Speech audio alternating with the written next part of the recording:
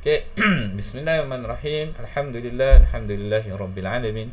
Wassalatu wassalamu ala asyrafil anbiya'i wal mursalin wa ala alihi washabihi wa man da'a bi dawatihi wa iltazama bi tarakatihi wa tarassama khutawat jalal aqidatan asasan li fikrati wa akam syari'atan min qiyasani a'mali wa aslarani ahkami. Asyhadu an la ilaha illallah wa asyhadu anna Muhammadan abduhu wa rasuluhu la nabiyya ba'da. Alhamdulillah,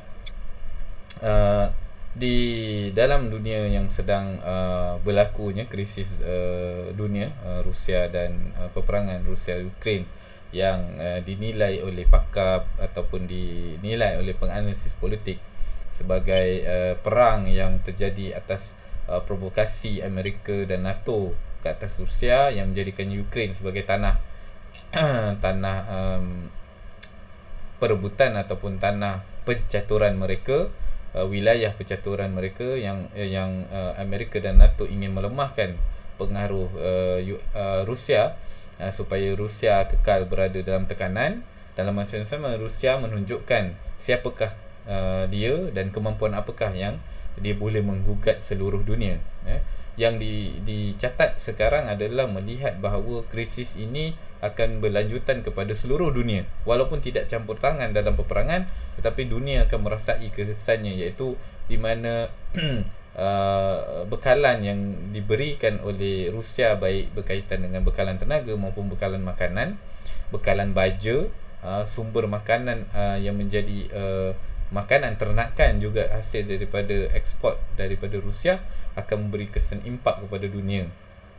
Ya, ini harga barang akan naik berkaitan dengan harga minyak maupun harga bekalan makanan, dan ini akan memberi kepada inflasi yang tinggi kepada seluruh dunia, yang akan membuatkan sekali lagi kita masyarakat, khususnya masyarakat Muslim ini, akan merasai perebutan itu. Dan ditambah lagi dengan China yang akan menunjukkan juga memberi tekanan kepada US berkaitan dengan Laut Cina Selatan, yang akan menjadi perebutan kepada 6 buah negara, termasuk Malaysia, Indonesia, Singapura, Brunei, Filipina, yang merangkumi kepada tekanan-tekanan politik dunia.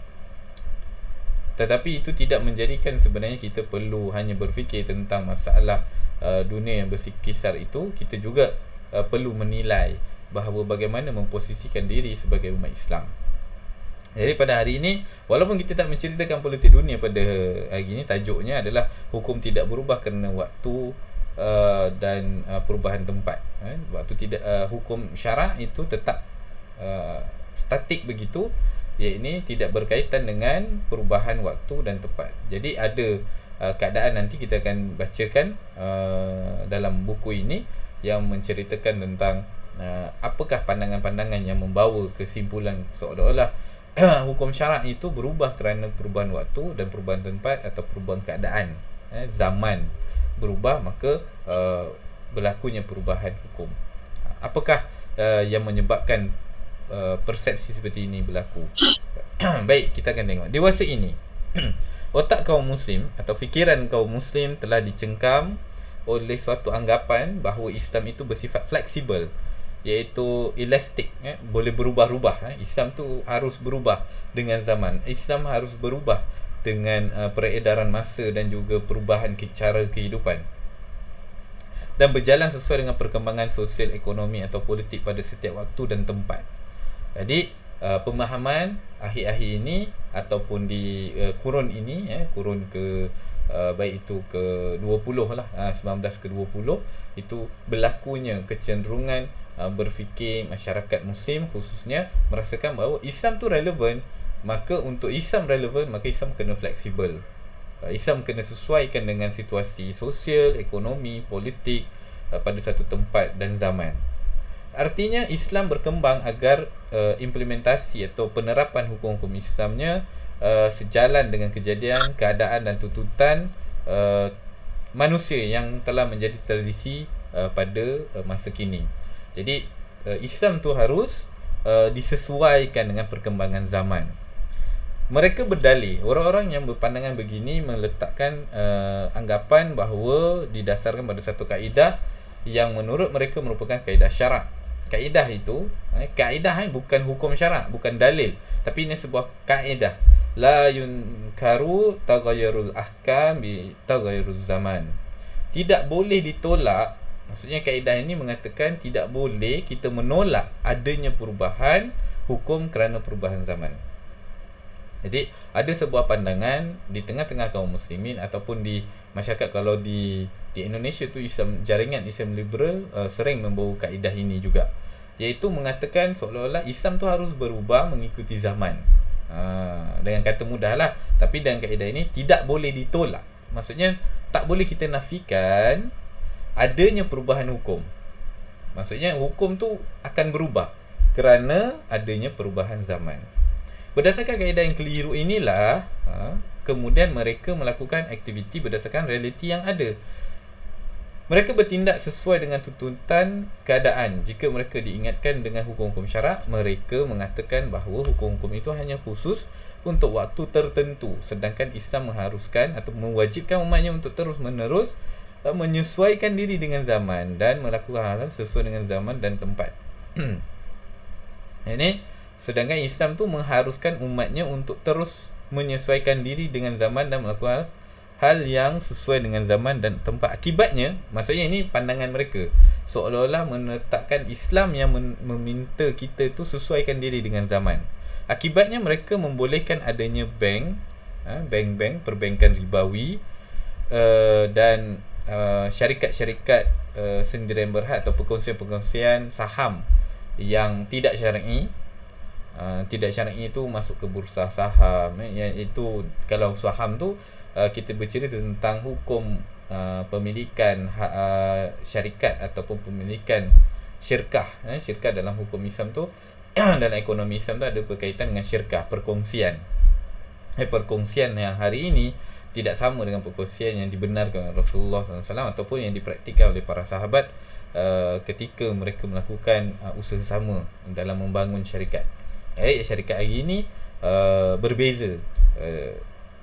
Seterusnya mereka mengatakan bahawa semuanya itu merupakan bentuk kemaslahatan yang nyata.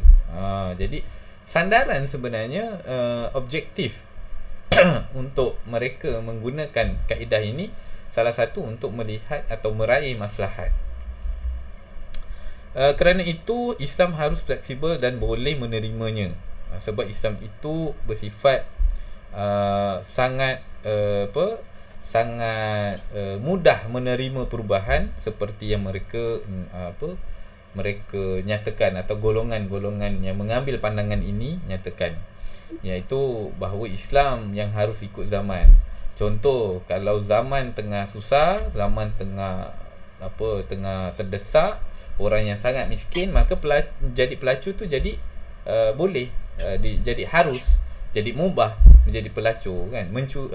Kerana dia perlu makan, dia perlu sara hidup. Jadi dia melacur diri tu jadi mubah, bahkan boleh jatuh wajib kerana dia perlu menyara hidup dia. Itu pandangan-pandangan yang pernah berlega sebenarnya pada sekitar tahun 2000-an, yang telah menjadi fenomena juga. Seorang ustazah yang kemudian menjadi senator menyatakan seperti itu. Dan menunjukkan bahawa seolah-olah ini pandangan seperti inilah yang telah merosakkan, sehingga keharaman yang pada asalnya dalam Quran atau dalil-dalil qat'i menyatakan keharaman tiba-tiba boleh berubah tidak menjadi hukum yang lain. Sesuatu yang telah jelas haram atau suatu status hukum yang jelas tiba-tiba boleh berubah kerana pandangan seperti ini. Para wanita pun bersolek dan bergaul dengan kaum lelaki asing yang bukan mahram tanpa ada keperluan yang dibenarkan oleh syarak. Kemudian mereka bergadang ataupun berjaga malam, mereka jalan tengah-tengah malam, kan? Mereka bersosial di tengah-tengah malam dengan lelaki asing itu yang bukan mahram ni hingga larut malam di acara pesta. Semua ini menurut mereka adalah sesuatu yang harus atau wajib diterima dan ditoleransikan oleh Islam. So jangan Islam tu menyekat kebebasan orang. Hari ini orang kena bebas. Hari ini orang memang kena hidup pergi pub kan, pergi disco, pergi kelab malam, kan, buat nyanyi, orang perlu joget. Ini hidup stres. Jadi Islam kena bagi kelonggaran itu. Macam tu. Sebab sudah menjadi tuntutan zaman. Mereka mengatakan bagaimana mungkin Islam bertentangan dengan zaman, padahal kaedah syarak menyatakan bahawa Islam itu adalah berubah mengikut perubahan waktu dan tempat.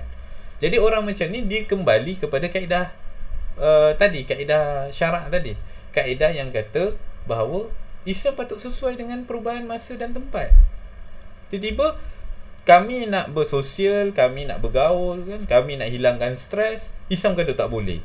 Padahal kalau kami ni tak hilangkan stres, kami boleh jatuh jadi gila. Jadi anxiety, jadi depressed. Jadi Islam patutnya bertoleransi dengan kami. Golongan ini akan mengatakan begitulah. Kerana mereka kembali berargumentasi sebab Islam tu kan patutnya sesuai dengan kehidupan kita. Setiap zaman Islam tu sesuai. Islam tu sangat sesuai untuk setiap masa. Jadi Islam tu mesti macam mengikuti perubahan itu. Itulah yang mereka claim, itulah yang mereka nyatakan, mereka pandangan-pandangan yang mereka bawa. Mereka juga mengatakan mereka ni golongan-golongan yang berpegang pada pandangan tadilah, kaedah syarak tadi. Mereka juga mengatakan bahawa hukum poligami kini tidak relevan. Tak relevan dah poligami, sebab tidak lagi boleh diterima pada zaman ini. Hukum potong tangan atau rejam tidak perlu lagi dibahas dan dipelajari kerana hukum-hukum itu sudah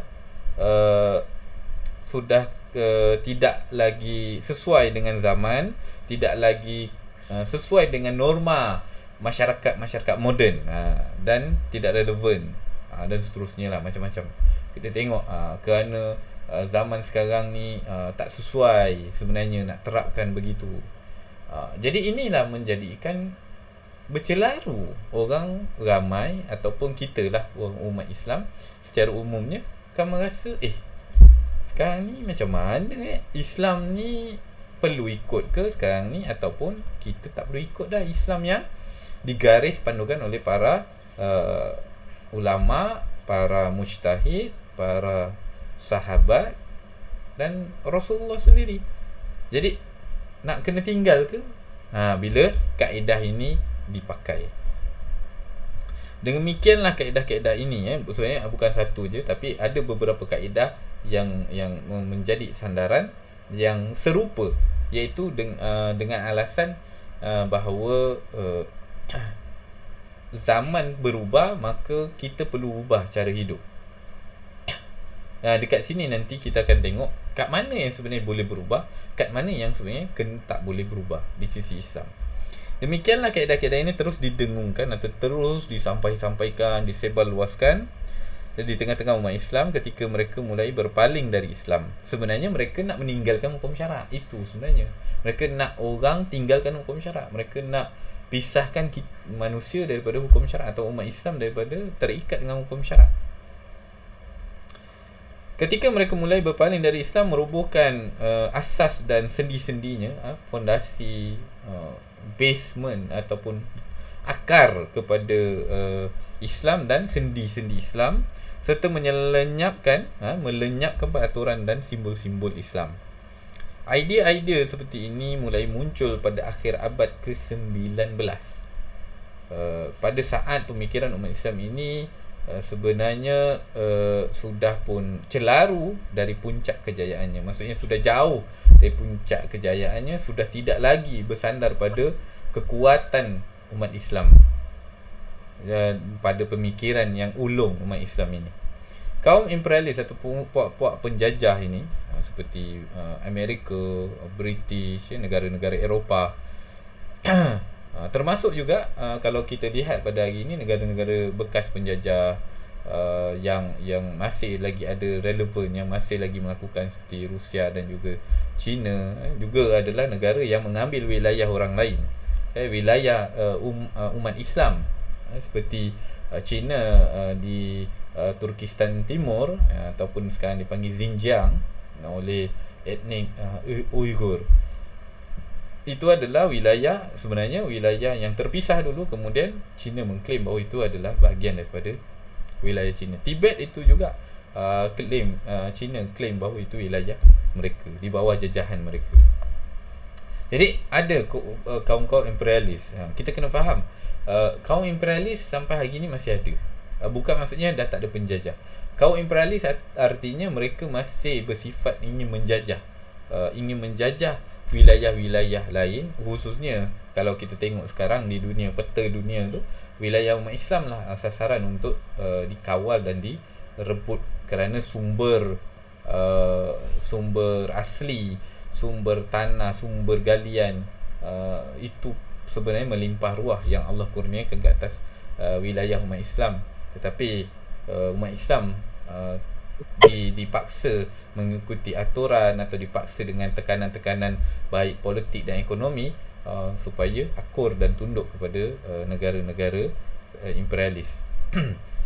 Negara-negara ni mendapatkan santapan yang lazat hingga akhirnya pemahaman kaum muslim sampai ke tingkat seperti ini.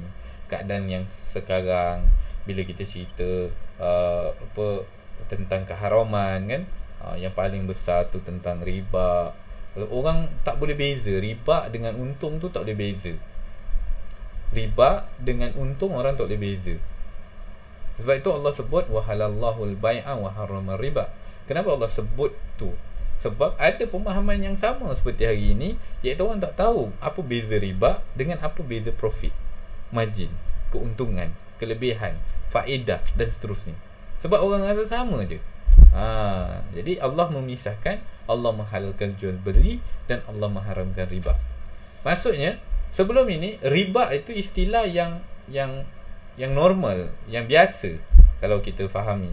Riba itu adalah perbuatan yang memang dilakukan untuk mencari keuntungan hasil daripada hutang piutang, pinjaman, jual beli yang mempunyai kadar ataupun perkara-perkara yang dipanggil riba. Tetapi Allah Subhanahu Wa Taala telah memutlakkan bahawa jual beli dibenarkan dan riba diharamkan.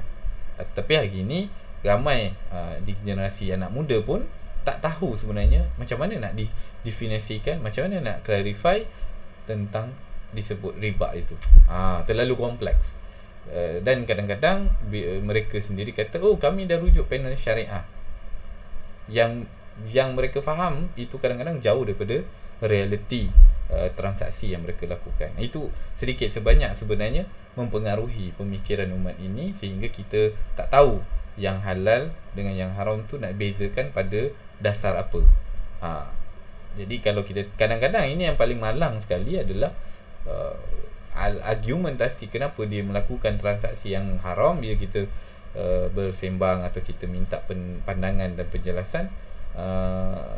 Mereka akan berkata ustaz buat, takkan ustaz tak tahu.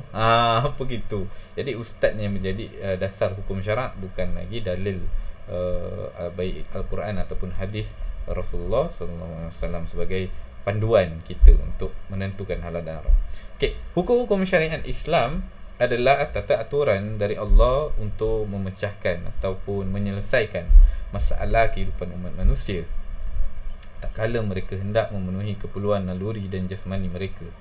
Hukum-hukum ini telah diberikan oleh Asy-Syari' melalui Al-Quran dan As-Sunnah, dan keduanya merupakan satu-satunya sumber hukum syariat dalam Islam. Kerana itu, hukum syarak didefinisikan sebagai seruan Asy-Syari' yang berkaitan dengan perbuatan manusia. Jadi, hukum syarak adalah sebuah penyelesaian masalah kehidupan, mu'alajah lil masyakil insan, sebuah penyelesaian bagi masalah-masalah manusia dalam kehidupan manusia. Dan Allah turunkan itu. Jadi disebut sebagai salah satu juga wahyu. Wahyu itu juga adalah salah satunya merangkumi hukum syarak. Hukum-hukum ini telah diberikan oleh Asy-Syari'. Okey, Asy-Syari' itu pembuat hukum. Macam kita bincang sebelum ni, iaitu orang yang boleh menjelaskan hukum melalui Al-Quran dan As-Sunnah. Jadi Asy-Syari' ini adalah pembuat hukum, iaitu Allah SWT sebenarnya. Mutlak Allah SWT adalah pembuat hukum, yang mana Allah turunkan Al-Quran dan As-Sunnah ataupun hadis sebagai reference untuk kita bagaimana menilai setiap perbuatan kita sesuai tak dengan yang menurunkan hukum, yang menentukan setiap perbuatan itu dibenarkan atau dilarang. Yang keduanya merupakan sumber hukum syariat dalam Islam. So Al-Quran dan Sunnah itu sumber autentik, sumber utama. Termasuk adalah ijma' sahabat dan qiyas yang kita dah bincang juga pada episod yang lepas. Kerana itu hukum syarak didefinisikan sebagai seruan syarak yang berkaitan dengan perbuatan manusia. Dengan demikian hukum syarak haruslah digali dan dipastikan bahawa hukum tersebut merupakan seruan dari asy-syari'. Sekali lagi sama seperti mana keadaan yang saya sampaikan tadi, iaitu kita perlu menggali. Allah SWT dah turunkan lengkap. Al-yawma akmaltu lakum dinakum wa atmamtu alaikum ni'mati wa raditu lakumul Islam madina. Itu antara salah satu bentuk bahawa kalau orang yang beriman kepada Allah, beriman pada hari akhir, beriman pada Al-Quran, beriman pada Rasulullah, beriman kepada semua rukun iman, maka dia perlu meyakini bahawa setiap masalah, setiap perilaku, setiap tindakan Allah dah jelaskan melalui Al-Quran maupun daripada Nabinya, daripada Rasulnya. Harus kita menggali. Ini kerja yang berat, tidak mudah, dan bukan semua orang ada kapasiti itu.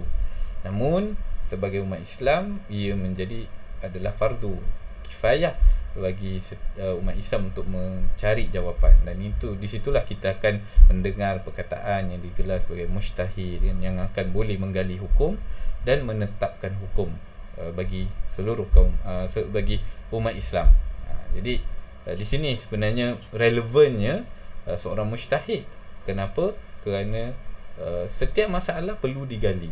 Setiap masalah baru perlu ada penggalian hukum untuk menentukan perbuatan atau tindakan atau perkara-perkara yang baru tadi tu status hukumnya apa. Okey, berarti harus digali dari nas yang tidak lain adalah Al-Quran dan Sunnah atau sumber yang telah disahkan oleh keduanya seperti ijma' sahabat dan qiyas.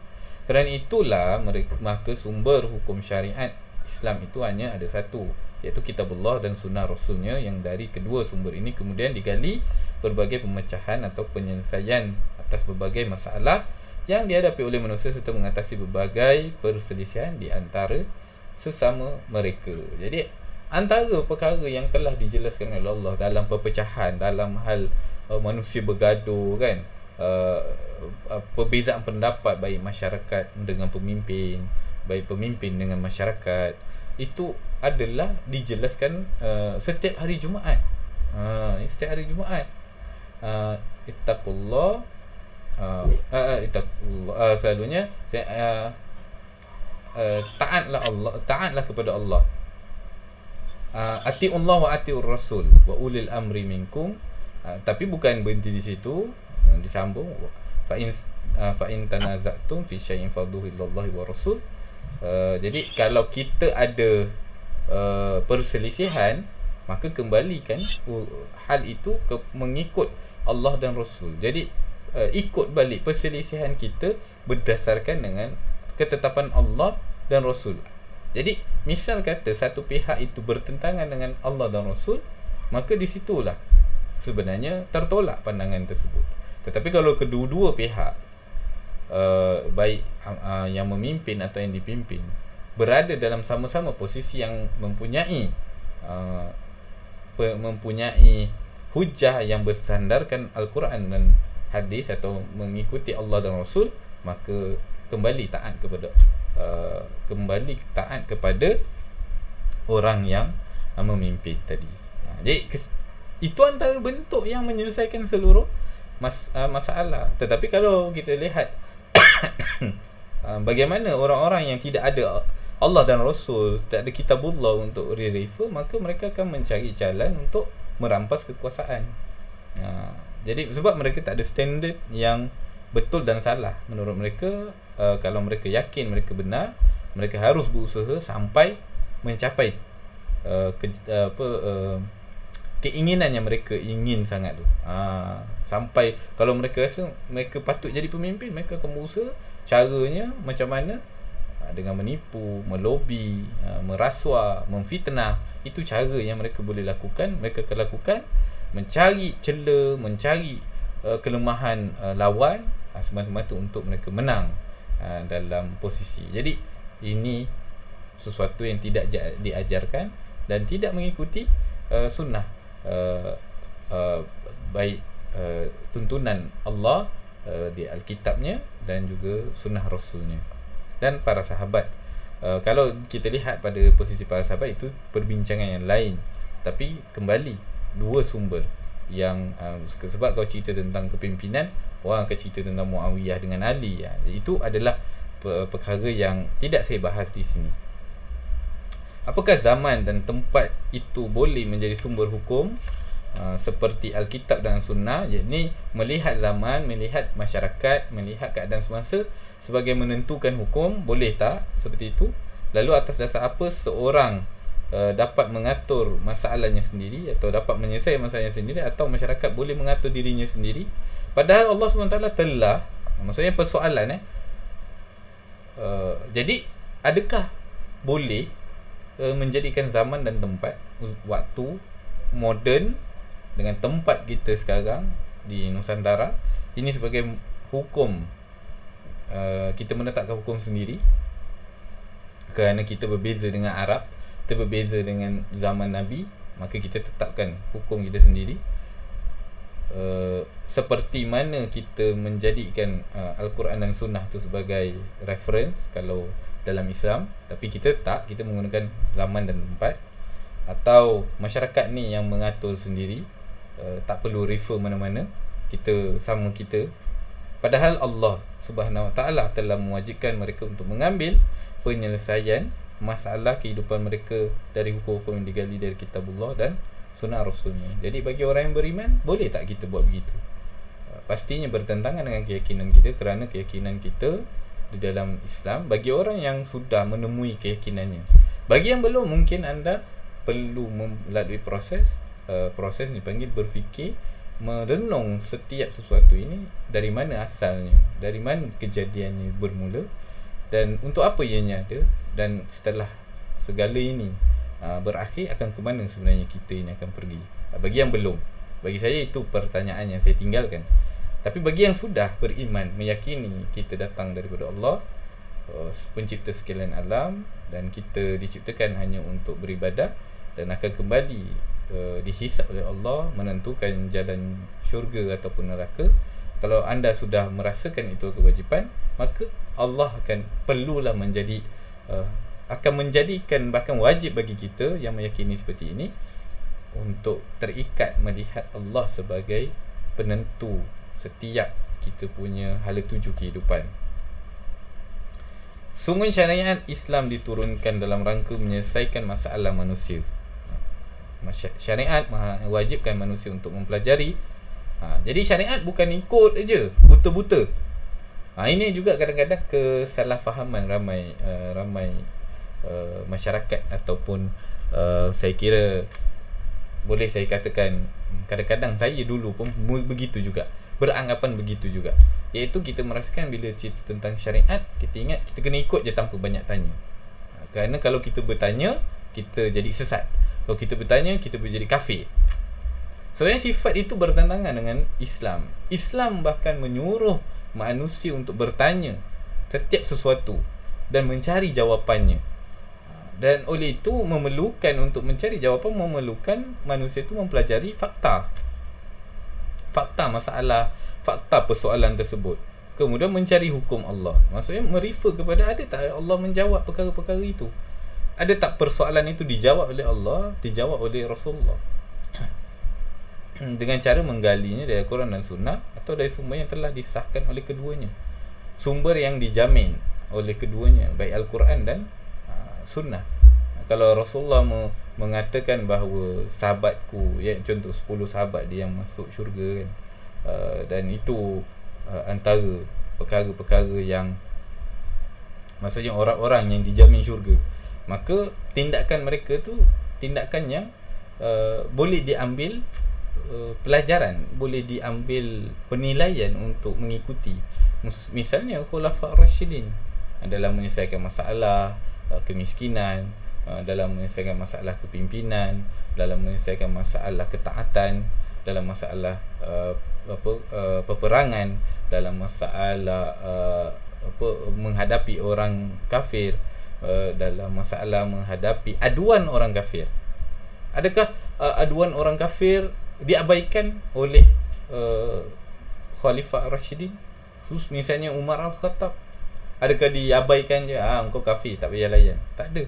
Umar Al-Khattab bahkan bersikap tegas ke atas Amr al-As ketika menjadi wali di Mesir, walaupun yang datang adalah seorang Yahudi yang memakan berbulan-bulan untuk mengadukan tentang rampasan ke atas rumah dia yang telah dirampas oleh kerana untuk membina masjid.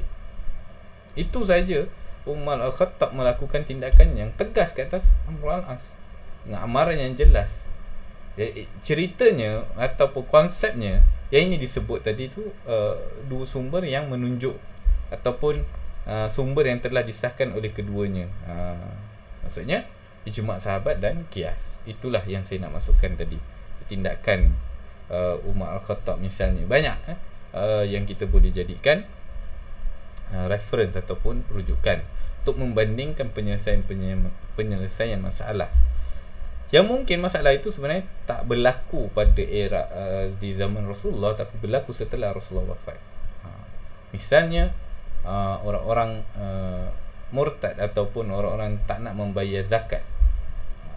Ini juga berlaku di zaman setelah Rasulullah wafat, dan diurus atau diselesaikan oleh Abu Bakar.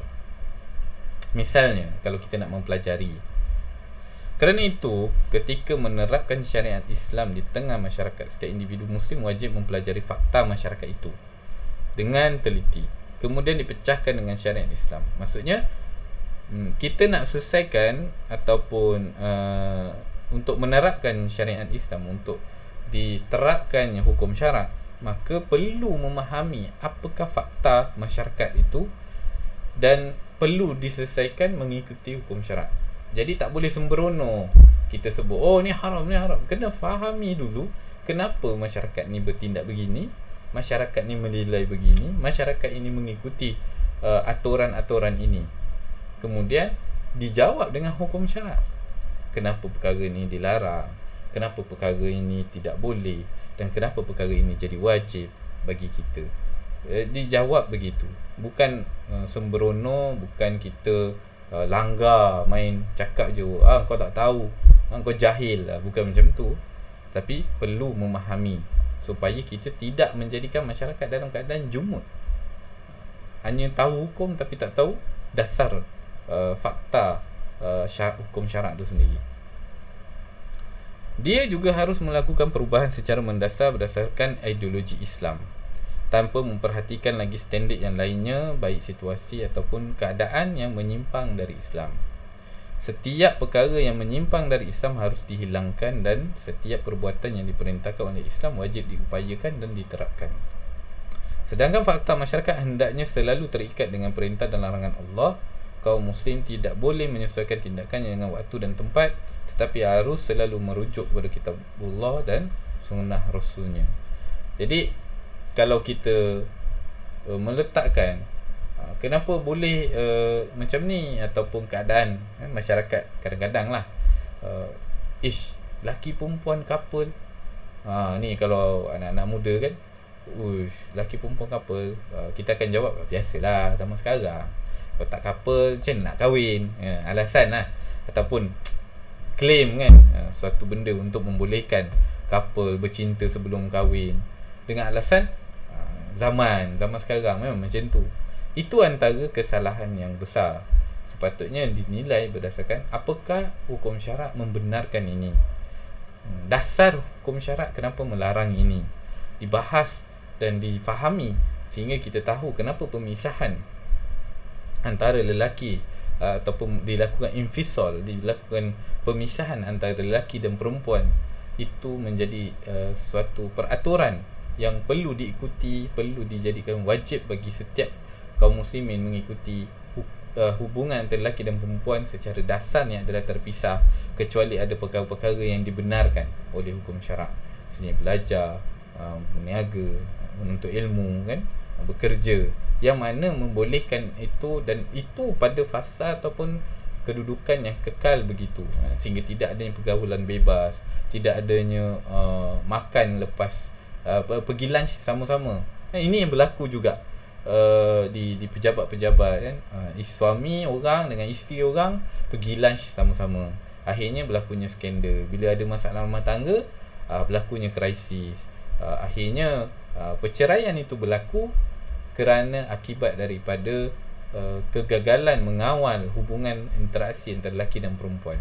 Dan pada akhirnya sebenarnya generasi apa yang akan lahir dengan penceraian begini? Bukan penceraian yang dinilai kerana memang pada sisi yang mulia di sisi hukum syarak. Misalnya penceraian kerana akan membahayakan kehidupan atau ketidakmampuan dia untuk menjaga, maka penceraian seperti itu masih lagi dalam wilayah yang baik ataupun pada keadaan yang sihat. Tetapi penceraian kerana berlakunya skandal ataupun perzinaan isteri orang dengan suami orang akibat teman sekerja, ini adalah penceraian ataupun kondisi yang, atau keadaan yang sangat-sangat menggambarkan satu posisi masyarakat yang punah, yang hancur kerana kegagalan memahami hukum syarak dan tidak mampu menjadikan hukum syarak sebagai penyelesaian hidup. Jadi ini antara sesuatu yang boleh kita ambil pelajaran, dan juga hasil daripada kajian ini memberikan sebuah cara pandang kita bagaimana melihat hukum syarak itu tidak berubah kerana waktu dan tempat, kerana perubahan zaman, tetapi zamanlah, waktu dan masyarakatlah yang memerlukan mengikuti hukum syarak. Hukum syarak tidak menyekat manusia untuk berteknologi, untuk berubah, tetapi hukum syarak tidak menjadikan juga manusia itu bebas melakukan aktiviti hariannya tanpa ada peraturan. Realitinya, budaya bebas tidak mempengaruhi pun kemajuan teknologi. Budaya ataupun interaksi ataupun pelaburan yang haram tidak menjadikan manusia moden, tetapi sebenarnya ilmu pengetahuan yang menjurus manusia kepada kemodenan ataupun kemajuan teknologi. Dan kalau kita lihat hari ini, bagaimana teknologi yang ada tidak pun menjadikan manusia lebih cerdik, lebih pintar membuat keputusan. Bahkan dengan teknologi hari ini, penyakit seperti anxiety, depresi, insecure itu berlaku. Penyakit-penyakit mental pula yang berlaku, kemunduran dan kejumudan berfikir pula yang berlaku. Ini menunjukkan bahawa teknologi yang ada hari ini hanyalah teknologi yang dirangsang, kemajuan ilmu pengetahuan dirangsang hanya sebatas untuk mencari keuntungan, bukan untuk mengangkat derajat manusia, memakmurkan bumi, memakmurkan dunia, yang menjadikan seluruh umat manusia merasa tenteram dan aman, merasakan adanya Allah sebagai zat yang mengatur dan memberikan rahmat kepada seluruh sekalian alam. Rahmatan lil alamin itu tidak dapat dirasakan kerana teknologi maju, tetapi manusia punah secara kehidupan. Wallahu alam. Kalau ada soalan atau pandangan, boleh mungkin Buyim nak berkongsi, kita beri ruang. Boleh Buyim? Macam yang bro cakap tadi, kan masyarakat kita ni tak dapat bezakan jual beli dengan riba. Ya. Okey, apakah perbezaan dan penjelasan antara riba dan jual beli? Okey. Kalau kita merhatikan apakah yang menjadikan jual beli dan riba berbeza, pertama, perkara yang sering kali terkeliru ataupun tersamarkan kerana dua-dua adalah jual beli atau perniagaan itu meraih keuntungan, dan riba juga adalah jalan meraih keuntungan. Jadi dua-dua adalah posisi meraih keuntungan. Ketika untuk meraih keuntungan kat sinilah sebenarnya ramai yang di antara kita kaum muslimin ini mudah tergelincir kerana kita melihat bahawa ini adalah meraih keuntungan dan aku bukan menipu. dia pun bersetuju untuk memberikan keuntungan tu kepada aku. Jadi ini yang menyebabkan seringkali dalam keadaan yang tanpa sadar kita terjatuh atau terjerumus dalam bukan jual beli tapi ribawi. Contoh, kerana disebabkan sistem ekonomi kapitalis juga sebenarnya yang memperkenalkan sistem ribawi ini juga adalah daripada sebenarnya ada di zaman jahiliah lagi. Zaman Rasulullah berada di Mekah itu dah ada, dan interaksi ini sering dipakai oleh orang-orang Yahudi juga, kerana Yahudi mempunyai dana besar tetapi peniaga memerlukan modal. Jadi peniaga akan meminjam kepada pemilik modal atau orang yang berharta tadi modal beberapa harta, sejumlah harta, kemudian dipulangkan dengan keuntungan. Maksudnya pulangan lebihan. Dipanggil, kalau dulu panggil bunga, kalau sekarang panggil interest. Itu. Jadi itulah sebenarnya yang dinilai bahawa aku memperdagangkan harta aku kepada engkau. Cara pandang dia. Kenapa orang tak rasa bahawa itu sesuatu yang salah, riba tu sesuatu yang salah? Aku memperdagangkan harta aku kepada engkau, kemudian dengan tempoh waktu tertentu engkau perlu mengembalikan aku dengan keuntungan yang wajar untuk aku perolehi. Secara psikologi manusia, itu adalah sifat yang fitrah. Kalau kita beri sesuatu, kita tak dapat pulangan, kita rugi sebenarnya. Ini cara berfikir sangat kapitalis lah. Iaitu kalau beri pinjam buku, kemudian dipulangkan buku ni kembali, itu rugi. Itu namanya dipanggil kerja bakti, ataupun bukan pelaburan. Itu hanyalah kira kita panggil, ataupun orang umumnya panggil welfare lah, kebajikan. Itu adalah aktiviti kebajikan. Tetapi mereka menilai bahawa harta ni seharusnya menjadi penjana keuntungan. Caranya mereka meminjamkan sesuatu, kemudian dipulangkan harta tadi dengan lebihan. Jadi adanya beberapa jenis ciri apa yang dipanggil jenis riba.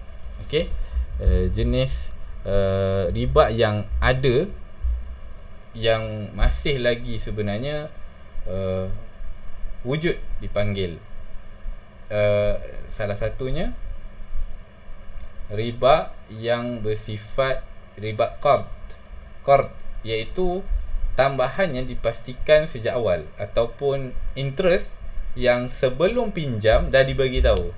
Aku bagi kau pinjam ini setahun, kau kena bayar aku berapa. Itu antara riba yang ada lah. Okey, ni antara perkara yang saya nak nak kongsikan. So ini adalah jenis-jenis riba. Ada yang berlaku kerana tempoh, ada juga tambahan dikenakan kerana gagal. Maksudnya hutang piutang, dua jenis ni, riba ni. Ada riba jenis hutang, ada riba yang kategori jual beli. Jual beli pun ada riba, hutang memang ada riba kalau diterapkan begitu, iaitu tambahan yang sejak awal dinyatakan, atau tambahan dikenakan kerana gagal bayar pada waktunya. Jadi dua-dua ni adalah kategori riba. Riba yang pertama dipanggil riba nasiah. Okey, sama ini dua-dua ni riba yang bersifat hutang, disebabkan ada akad hutang piutang, dimasuk riba nasiah. Okey, yang kedua kita pergi kepada riba jual beli. Kalau riba jual beli ni pertukaran dalam satu komoditi ribawi. Contoh, emas dengan emas. Ditukar, perlu sama. Tak boleh, aku pinjam emas kau 5 gram, nanti aku pulang balik 6 gram. Itu dah jadi riba dalam jual beli, ataupun jual beli, tukar emas, ataupun pertukaran emas coin dengan emas barang kemas. Itu perlu dinilai pada nilai berat yang sama. Seterusnya, pertukaran komoditi ribawi yang tidak tunai. Yang tadi barang ribawi, contohnya Bali, ada beberapa barang atas silap saya 6 ke 8 barang yang tersenarai sebagai barang-barang ribawi yang termasuk dalam kategori riba fadl. Yang kedua, jual beli ribawi, menukar emas dengan perak secara kredit, yang dipanggil riba yad, tergolong riba nasiah. Jadi kalau kita fahami sekali lagi adalah keadaan riba ini kita tak selami, kita tak mengkaji setiap transaksi kita ada tak berlaku ini. Kita beli rumah, kita beli kereta, ada tak perkara ini melanggar hukum syarak? Itu sebabnya kita tak mengkaji realiti atau fakta secara mendalam. Kita hanya kata, oh ada panel syariah, selesai. Masalah ini adalah masalah kita. Panel syariah itu masalah pekerjaan dia.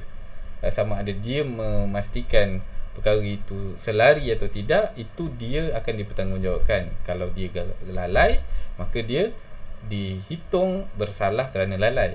Tapi kita dihitung bersalah kerana melaksanakan. Jadi itu adalah suatu perkara yang perlu dijaga. Adakah menjawab soalan Bu Yim tadi? Atau masih ada soalan lain yang saya terlepas pandang? Lah macam saya faham dekat riba jual beli lah.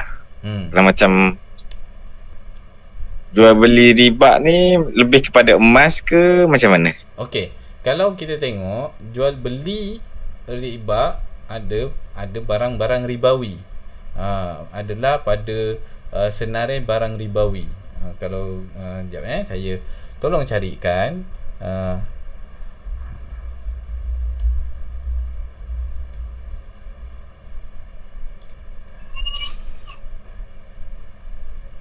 okey, ini antara kategori barang ribawi.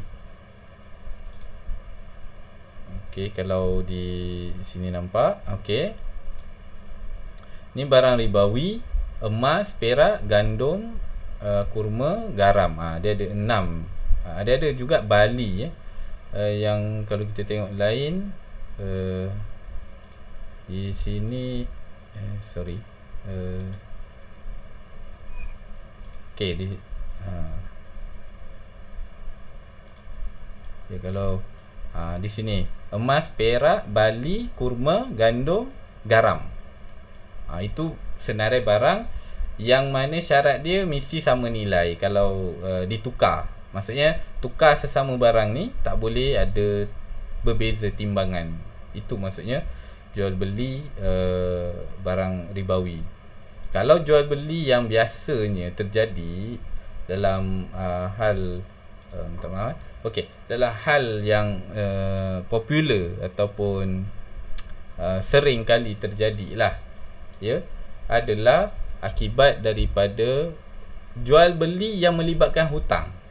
Sebenarnya itu bukan masalah jual beli, tapi masalah hutang.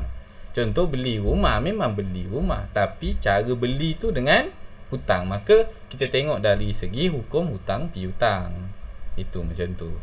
Jadi kalau Bu Yim nak memeriksa diri transaksi ataupun perkara, Bu Yim tengok aku beli tunai atau hutang. Kalau hutang, maksudnya kita kena tengok riba hutang tadi. Adakah hutang tadi terlibat berkaitan dengan tempoh? Kalau lebih tempoh atau dengan tempoh ini kita kena bayar bunga sekian, atau kalau kita bayar terlewat denda, maka itu juga riba. So ada dua jenis kan tadi yang kita dah tengok. Dua-dua ada jenis riba nasiah. Okey, adakah jelas Ibu Yim ataupun Bu Yim perlu contoh yang lain?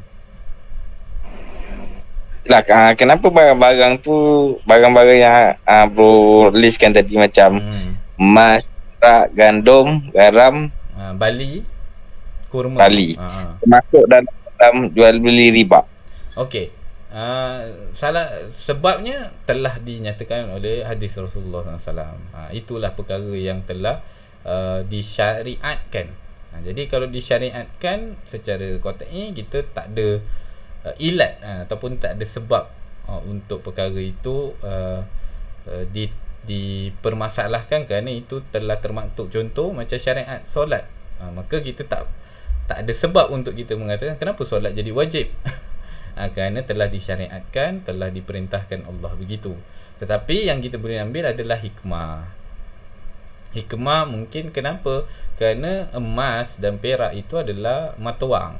Itu pada zaman Nabi itu adalah dikategorikan sebagai mata wang, salah satu alat tukar, yang mana ketika macam hari ni, bayangkan alat tukar hari ni yang tidak stabil akan membuatkan sebenarnya berlakunya inflasi, berlakunya spekulasi, berlakunya orang boleh tipu dalam timbangan. Yang ini yang menjadikan situasi. Tapi kalau macam yang tadi, barang-barang ribawi tadi, yang kalau tukar sesama barang, bukan tukar dengan duit, tukar sesama barang, garam dengan garam, maka garam tu tak boleh sebab garam aku ni garam halus, kau garam kasar, maka aku buat kerja lebih nak haluskan garam ni. Itu tak boleh berbeza timbangan dia terpunya sukatan mesti sama.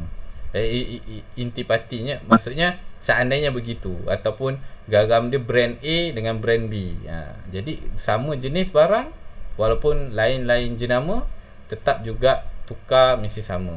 Kadang-kadang mak-mak kita dulu kan, pinjam garam kejap, pinjam itu kena pulang dengan setara, tak boleh bagi lebih. Sebenarnya jadi riba. Jadi kalau boleh minta garam, itu boleh. Jadi mak-mak kalau nak mintalah garam, jangan pinjam garam. Termasuklah hal-hal yang lain, barang-barang ribawi. Jadi nanti dia jadi macam okey, ada soalan lain. Alright. Jual beli emas ni lah kan. Kan ada kadang-kadang dia punya naik, ada harga dia turun. Adakah itu juga riba? Tak, okey. Kalau kita lihat pada emas di pasaran, khususnya biasanya kedai-kedai emas kan ada harga emas. Sebenarnya harga emas ni global. Penilaian harga itu berdasarkan sebenarnya demand and supply, atau permintaan dan penawaran yang berlaku pada komoditi emas ataupun barangan emas. Jadi itu adalah disebabkan hari ini kita tidak lagi menggunakan transaksi dengan emas dan perak, maka kita menggunakan nilai lain, nilai wang fiat ataupun fiat money, wang yang sebenarnya nilai itu ditentukan oleh bank-bank negara. Kalau Malaysia ada bank negara lah yang akan memastikan, dan kadar itu pula dijual di bursa saham, di market dagangan wang ataupun foreign exchange juga, ataupun di bursa Wall Street dan sebagainya. Itu adalah pertukaran wang ataupun jual beli mata wang. Jual beli mata wang sekarang kita punya. Sebab itu kadar nilai ringgit itu yang kadang-kadang turun, bukan emas tu yang naik kadang-kadang. Kerana nilai ringgit yang turun, maka kadar emas jadi naik. Tapi emas secara nilai tetap sama begitu. Cuma kalau barangan emas ni kadang-kadang dipengaruhi dengan mata wang kita yang lebih tinggi pada kadar nilai emas, jadi emas jadi murah, atau mata wang kita yang menurun sehingga emas jadi mahal. Dan juga permintaan emas, penyimpanan emas kan. Kalau ada negara-negara khususnya ataupun syarikat yang ingin menukarkan wang mereka dengan emas, jadi harga emas jadi naik kerana permintaan kepada emas. Tapi nilai emas sama. Begitu saja. Sebenarnya kalau dinilai harga emas, saya pernah menilai juga, emas 1 dinar itu boleh kita dapat seekor kambing. Dan zaman Rasulullah memang begitu. 1 dinar memang harga seekor kambing. Kalau tak percaya, tengok sekitar itu. Walaupun ada turun naiknya, ada perbezaan harga, tapi boleh dapat seekor kambing dengan 1 dinar.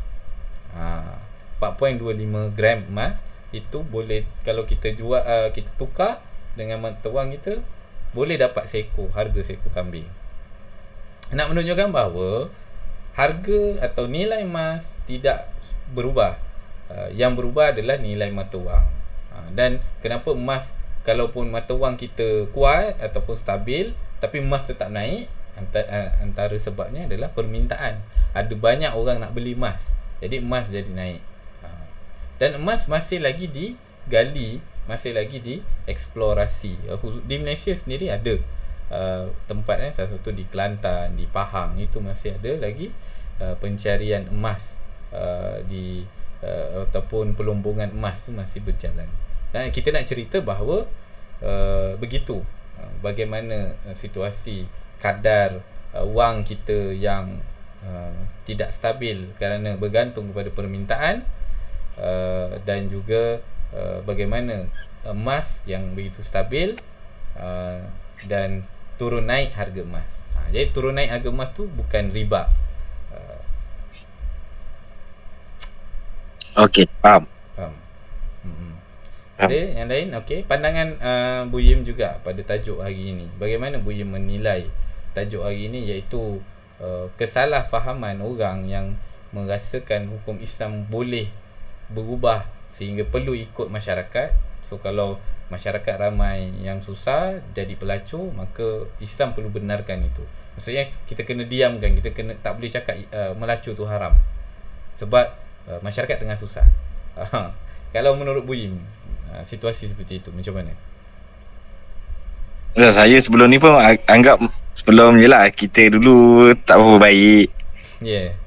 Pun anggap benda-benda macam ni pun sebenarnya macam dulu ya kita anggap wajar lah benda ni kan. Kita tak tahu. Habis sekarang bila dah tahu ni, sebenarnya benda tu tak wajar lah. Hukum tu tak hukum lah. Jadi memang boleh diubah-ubah. Kadang-kadang sebenarnya ni popular tahun 90-an. Ingat tak, kalau Bu Yim ingat lah, sekitar tahun 90-an tu perkara ini sangat popular. Sehingga dedah aurat kan, perkara tu boleh kan. Apa tak boleh pula kan? Okey lah tu. Bukannya dia buat dijatuhkan maruah ke, atau dia buat yang tak senonoh ke.